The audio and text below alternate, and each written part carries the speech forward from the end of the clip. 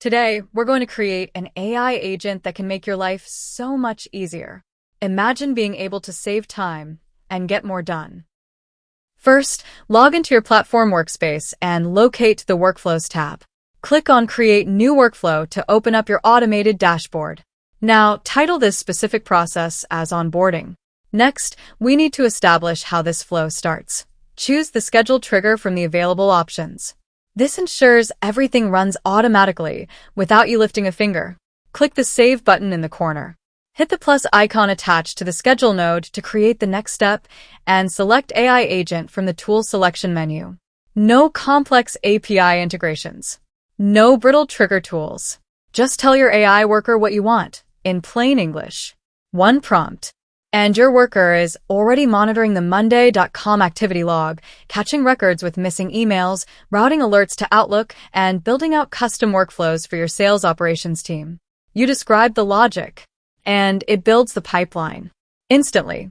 To power this agent, click on the Add AI model and select Claude Sonnet 4 to serve as the core engine and brain for your automation. Now we need to give the agent its hands and feet by equipping it with tools. Click on Add Tools. Use the search bar to find Outlook. Find and select the Send Email function. To let the agent think freely, make sure to click the dynamic toggle on the right for each input parameter, setting them all to AI will decide this value, based on the prompt. Make sure to click Save, and now let's give it access to your databases. Click Add Tools once again, type in Monday, and search for the Get Items tool. Once you choose the Get Items tool, open the drop-down menu and choose the main onboarding board. Make sure to then click the dynamic toggle on the right for the group parameter, setting it to AI will decide this value based on the prompt.